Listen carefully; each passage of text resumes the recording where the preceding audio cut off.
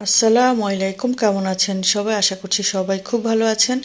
তো দুষ্টু বাচ্চাটা একটু একটু করে সুস্থ হয়েছে, কিন্তু এই যে দেখেন খাওয়া দাওয়ায় একদমই অনীহা। কলা নিয়ে আছে কিন্তু মুখে বমি বমি ভাব করে বসে আছে। তো আমি বললাম যে দাঁড়াও, তোমার ভিডিও ক্লিপস নেই।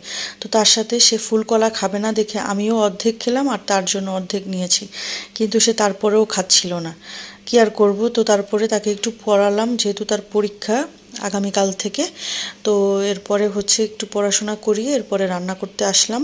তো দুঃখের বিষয় হচ্ছে কাজের খালা আজকে আসেনি, তো মহা বিপদে পড়েছি।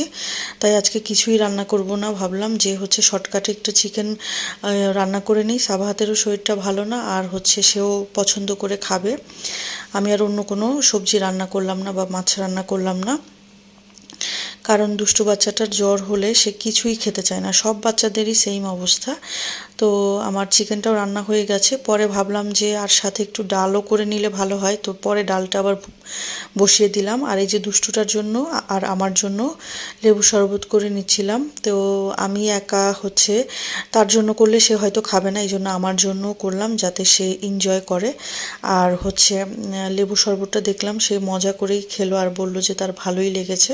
তো করে দেওয়া যাবে, খেতে পছন্দ করবে। চিয়ার্স। চিয়াস। মজা। ঠান্ডা ঠান্ডা। খাও। তো তারপরে হচ্ছে দেখলেন তো সে মজা পেয়েছে। তারপরে তাকে একটা স্ট্র দিয়ে দিয়েছিলাম। তো হচ্ছে একটু নতুনত্ব করে দিলে বাচ্চারা খেতে পছন্দ করে। তো আমি ডালটা রান্না করে ফেললাম। লেবু শরবতটা ইদানিং দু একদিন দিলাম যে সে খাচ্ছে, আগে খেতে একদমই চাইতো না, এখন দেখছি যে খাচ্ছে। এরপরে হচ্ছে বললাম যে আসো, আবার একটু পড়তে বসিয়েছিলাম, বললাম যে আবার একটু আসো, তোমাকে খাইয়ে দেই।